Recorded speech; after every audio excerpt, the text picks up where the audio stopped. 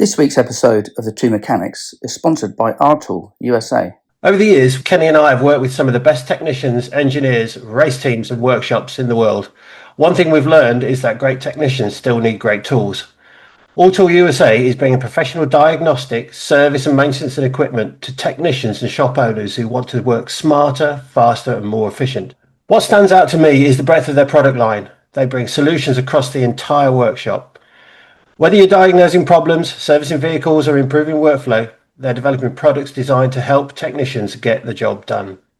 For more information, please visit NicholeUSA.com. Episode 37, Michael Jakeman Part 2. And that's what it was like. We didn't have human resource departments and things like this. The health and safety. Yeah, I mean, we had health and we had safety, but we just didn't put them together. No. And a little bit of Bacardi, that always helped. But welcome to the Two Mechanics podcast. Kenny Handkammer and Mark Grain have 18 Formula One World Championships between them, have been in the Guinness Book of World Records twice. They have over 30 years of motorsport stories between them, not to mention the 40,000 beers. Cheers. What you say? So, somewhere in all of this, in this period, you've Williams and Benetton you've spoken about, and now you're working with Michael Schumacher. Somewhere in your life, you found time to become a trustee of what was formerly known as the Grand Prix Mechanics Charitable Trust. So, how did that come about? And of course, you're still a trustee to this day, and fantastic work. And we have the wonderful event this year at Silverstone. This is my 30th year as trustee. Oh, wow. Which I'm amazed where that time's gone. I know it's 30 years because my joints and everything on my body ache a lot more than they did. They're letting you know, yeah. I live in that one with you. But what it was, I organised a kart event at Rye House to raise money for the Grand Prix Mechanics Trust. Yeah. And everybody come. I had a team from Ferrari, Beats, and 2 teams from Switzerland, from Sauber. I had Reuters there recording. I don't know, at 3 TV companies. I had radio station. You know, I think we had you got RTL there as well, didn't you? I think RTL were there from Germany. That was the pull from my position within Formula One. I could pull these people in, and we had this kart race. I had Coulthard was there, McNish was there, quite a few of the drivers come along. I raced them and beat them. So I don't know why they had a seat in Formula One and I didn't, but there you go. It's probably because I was too busy up the back end doing their gearbox. But, yeah, so we done that, raised. Yeah, it was a team effort. It was a team. We entered teams, didn't we? Yeah. So everybody had 1 or 2 teams. We had, I went to Bruno at Sparco. I said I needed some suits. So Sparco supplied all these made suits with camel, and they were yellow. I can't remember. I still might have mine actually somewhere. I think my brother David's got it. Fit into mine. Funny that. I'll get mine. I don't think I've got it shrunk in the wash, has it? It did. Yeah. Then I got a helmet deal and that, so it looked pretty good. Anyway, I raised this money, give it to the trust, and then so what was that? 95. Jackie Stewart come to me in the garage at Circuit one day and said, Michael, I'd like you to be a trustee. But that's probably a Geordie accent, not Scottish. I was going to say, I didn't realise Jackie was from Yorkshire, but yeah, go on. So I said, that's nice, Jackie, but I'll give it some thought and let you know. So I thought about it for about 10 seconds, to be honest. But I left it a day, and I went back to Jackie. I said I'd be honoured. So I went down to a meeting in London. Trustees, Walter Hayes, who was the man that put the money up for the design of the DFE engine. He was from Ford Motor Company. Ford Motor Company, yeah. Prof Watkins, obviously medical person in the safety car at the circuits. Yeah, Watkins there, yeah. Who else was there? John Hogan, who looked after, Philip Morris. He brought all the money in. he still looked after Ferrari up until a couple of years ago. So incredible people round the table. And now I'm at this level, and it's like, crikey, it's like I'm at school and these are my headmasters. And it was fantastic. You know, I can remember Walter Hayes telling us one day that Lord Hesketh had been to him and said he was going to start this Formula One team. Would they supply him a DFE engine for the car?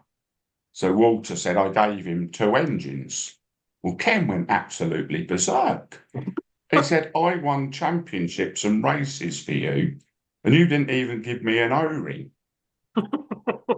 It was like they were arguing about saying it was like 40 years earlier, you know, but it's hilarious.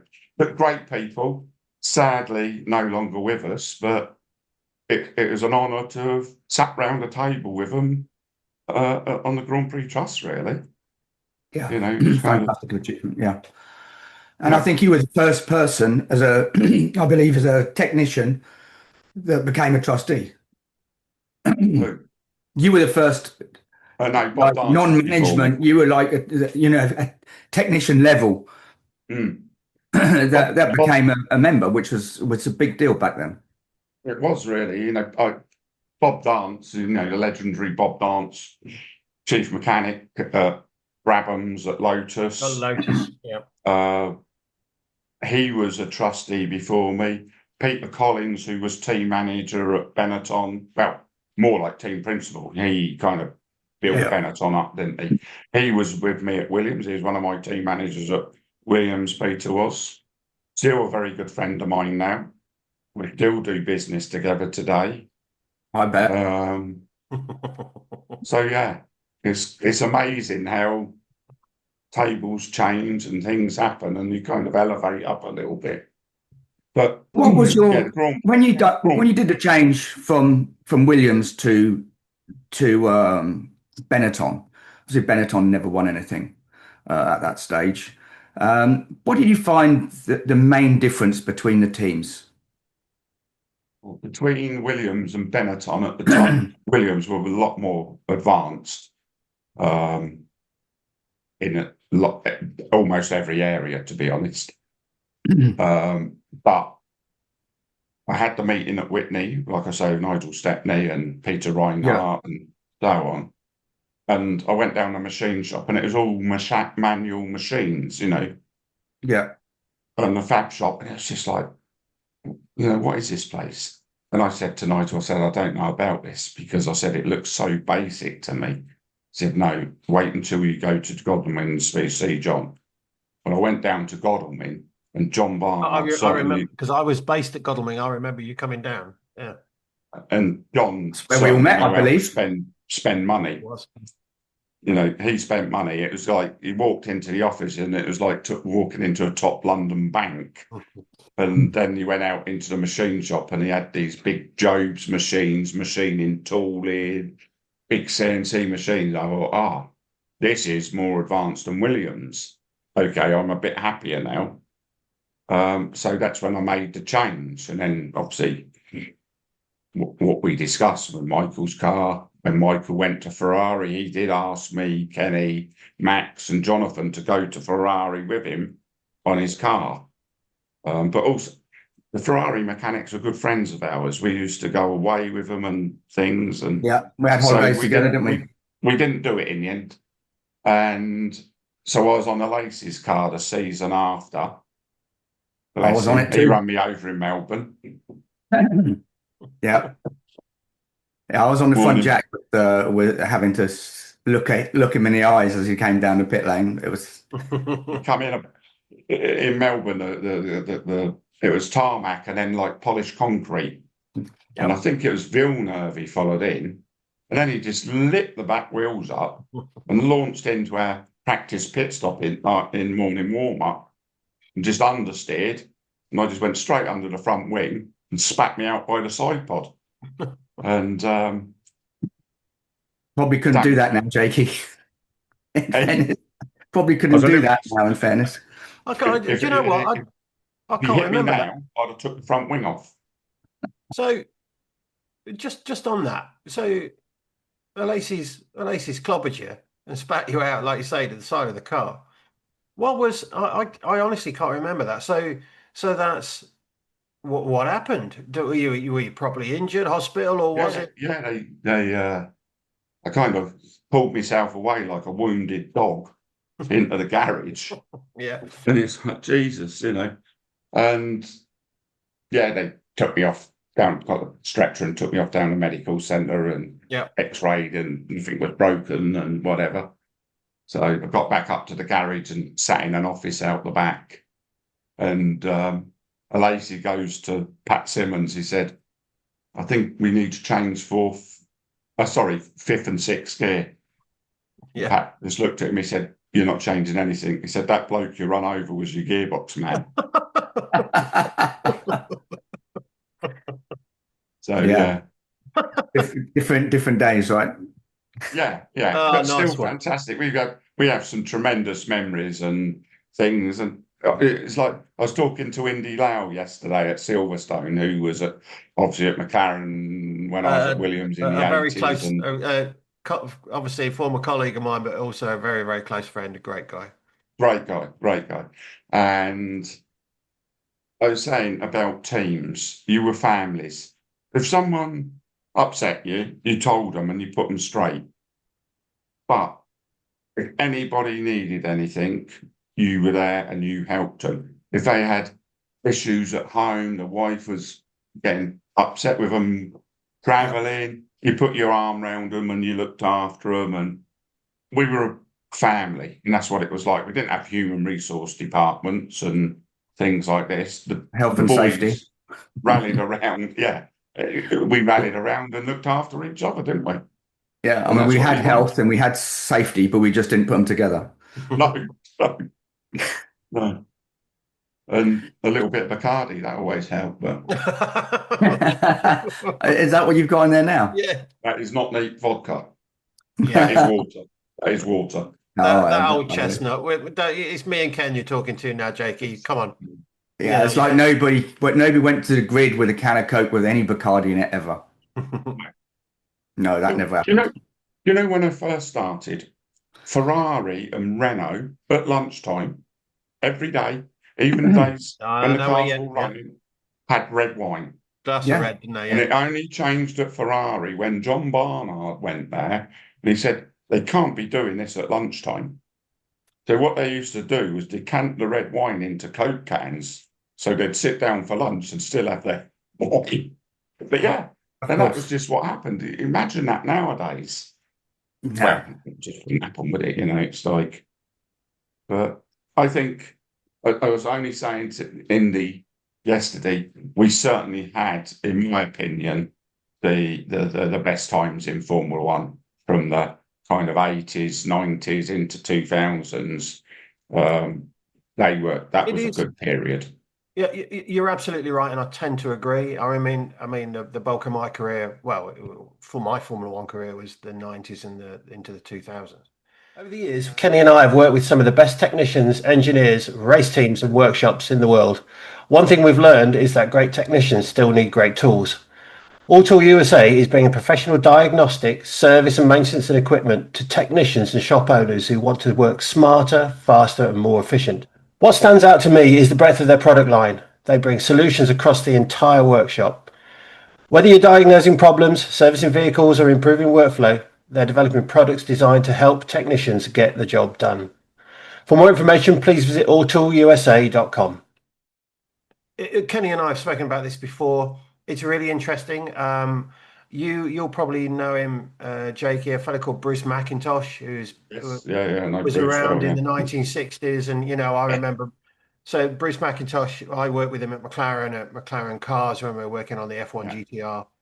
And, Bruce had told me these wonderful stories about the 60s and some of the things he got up to, including going for a swim in Monte Carlo and being carried out to sea and dumped back at a beach. Luckily, the current brought him back, but he was about 3 miles down the road, for example. So it's great. It's very difficult to compare eras. We're on this call as as former F1 chief mechanics and reliability engineering and mechanics and all of that. And we had our period, and it's wonderful. It's the same when you're comparing Fangio to Michael Schumacher, for example. Exactly. It's very difficult, and the guys and girls that are on the teams these days, you know, in 15 years' time, when they've done with 24 races or how many they do these days, and you know they're propping up a pub bar like probably you and I are going to be doing in a few minutes, Jakey. You know, they'll be going, well, they haven't, they don't, this lot these days. Yeah. You know, so it's difficult. It's different. It's different. But And I wouldn't change my time for the world. No. And I worked alongside you two guys. It's fantastic. I had a wonderful time.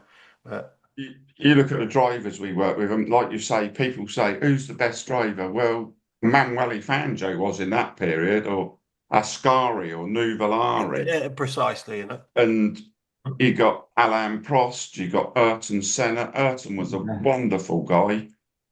You know, when I was on Nigel's car and doing the gearboxes at Williams, Nigel used to hate him. So what Ayrton used to do was come down, and Jim Paul, who used to do the tyres at Williams, Ayrton used to sit on the tyre and chat to us.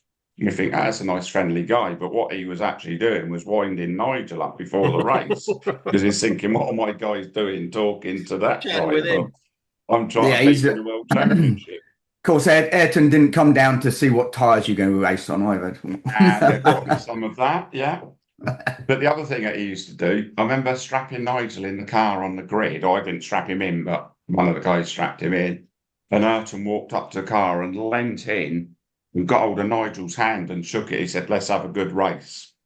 Well, Ayrton at that point had won that race because he went down to his McLaren, strapped in, nice and cool, and Nigel was fizzing like hell in the Williams. Go and get that bloke away from my car. You know, so just. But I think, in fairness, they got on very well in the end, didn't they? They ended up being very good friends and I think had some fantastic races together.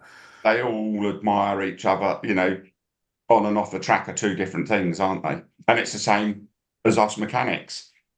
On the track, we're focused, we're doing this. Out for dinner or in the bar having a beer, you're talking to McLaren guys. That's if Ron would let them talk to us. Or Brabhams or whatever, because there was a period they weren't allowed to talk to anybody really. But I think that was all good fun. That was the 1980s, wasn't it? Yeah. But it was all good fun. Before my time. Yeah, it was fine when we were in the garage next to them multiple times, and we all got on, and they got great talent of guys there, and I must get to Goodwood to go and catch up with them at some stage, because I think they're still doing historic cars there, aren't they? Oh yeah, I mean, yeah, they're fantastic people, and that moves us on to that nicely moves into you've got your own business now. You're successful historic race car preparation. I'm guessing you've run cars at Goodwood previously. I left Benetton, and then I set up the sub-assembly hydraulics gearbox shop at Stewart Grand Prix. Ah, yes. Yeah. So I was at Stewart Grand Prix. Yeah. And then obviously Jakey then sold that to Ford, which was quite clever really, because he started it with Ford money. All the sponsors on the car are what Ford brought along. And then Jakey sold it to them. So I thought that good businessman. He is, isn't he? And it became Jaguar. So I was there for a while. And then the same, I run car build, sub-assembly, gearbox shop, hydraulics. And I obviously had a pretty good salary to reflect my stresses and woes I had. And bean counters come in and they look at people and go, well, he's on a lot of money. We need to get rid of him, and him. And three of us went, and they replaced us with probably 3 or 4 people, which is crazy. But anyway. So then I went to RML on their sports car program. So it was me, Phil Barker, Gary Anderson, Peter Ellery, who designed the Bentley sports car. Yep. And very successful car. Yeah, we survived. Well, I survived. Gary went, Peter Ellery went, and me and Phil ended up. We run the team, so I become technical chief, and Phil was race engineer. So I looked after the whole day today, and we went and won Le Mans 2 years on the trot in LMP2. Yeah. We should have won it the third year, but Andy Wallace had a big crash in the Porsche curves and returned the car back to the pit lane with 2 wheels on it. So we rebuilt it, got back out, run to 20 and a half hours and detonated a piston. So that was that. And at 20 and a half hours, you think you're almost home. Yeah. But you're not. My Le Mans experience was similar. We were lying in second place in 1987 in class, and engine blew up after 22 hours. So crank went. Well, Kenny, have I ever mentioned to you that yes, you have. I just you did mention that you did win it. Yes. Remember if I'd ever told you that we won. Yeah. Well, you still got a few championships to catch up with me there. So this is what I like, the banter. Yeah, and we won't talk about pit stops.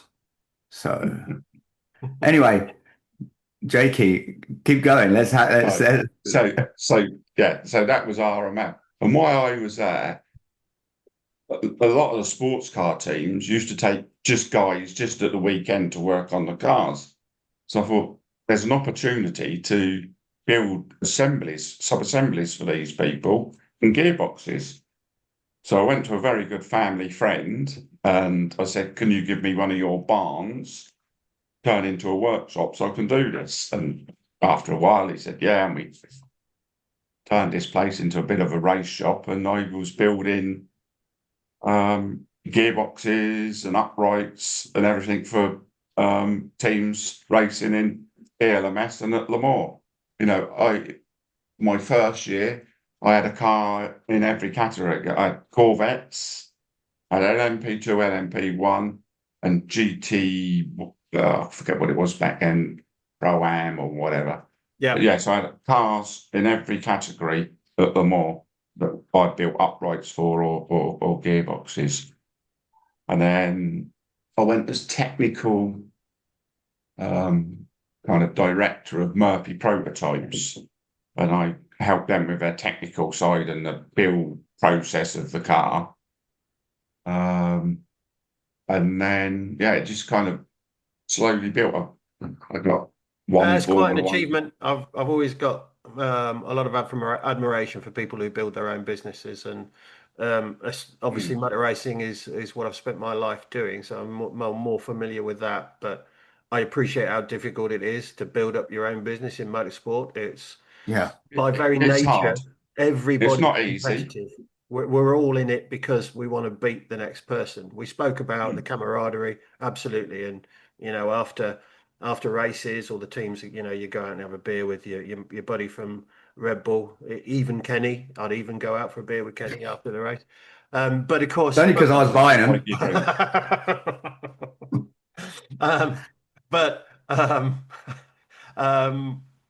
But in the heat of it, all you want to do is beat people, and it's the same in motorsport as a business. It's incredibly competitive out there. So again, well done, Jakey, for building a successful business. It's quite an achievement. Thank you. It's funny how it builds. You have to be careful what you wish for, because I thought I need some Formula One cars to run. That's what I want to do, and I got one. And then other people were racing, and I used to run this in demos. And then, I've got 11 cars that we race now. And I've got some demo cars, and I'm building some demo cars for other people. Yeah. So, it is hard. And it's a bit like buses. It's really hard trying to, especially in the current climate with finances.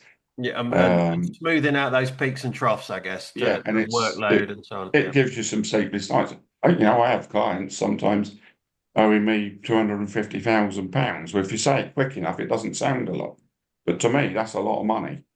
But there's only one bloke on this call who that's not a lot of money to. But to No, you and I, Jakey, that's- that's a lot of cash. obviously Kenny, he's got watches worth more than that. Anyway, let's move on. Well, I'm conscious of time. I just want to. I think we've got a lot more to talk about, Jakey, and we'd love to invite you back on. I mean, I'd love to come back. when you were talking about careers and the people that you've worked in and around, I mean, it was only a matter of weeks ago that you and I were both in the House of Lords, and I'm not sure if you'd have told either of us to back in 1991 that one day we'd be there as guests of the Motorsport Industry Association in the House of Lords, we'd have believed you. But I just want to say thank you very much for coming on. We'd like to invite you back. I think we've got a lot more to talk about still. Yeah, I haven't even started it yet, but there's a few famous pictures of you and a few famous things that happened to you, and good and bad. We could go over. Don't want to talk probably about leave that bad till next ones. time. But yeah, there's so much, isn't there?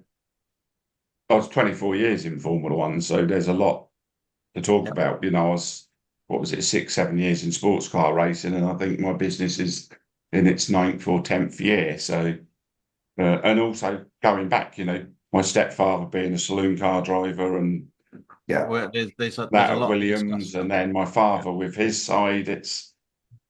My brother worked in Formula One at Benetton with me. My brother-in-law was at Williams in sub-assembly. So a weekend round our house watching a Grand Prix, my poor old mum used to pull her hair out because we'd go, "Oh, that's a bit of a dirty move," We'd be arguing and bickering between, 3 teams.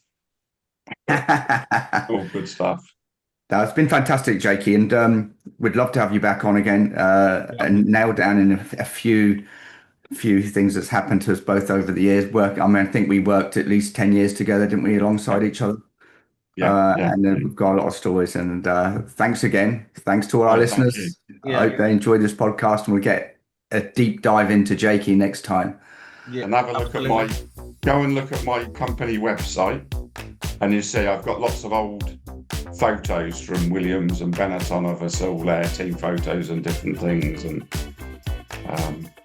I think as a team, there's a photo of Williams with Frank and Patrick and 2 drivers, and there's 17 people in it. Thank you very much. Well, thank you everybody for tuning in, and don't forget you can find these podcasts on all the platforms that you would normally find a podcast, and please remember to tune in again next week. This week's episode of The Two Mechanics is sponsored by R-Tool USA.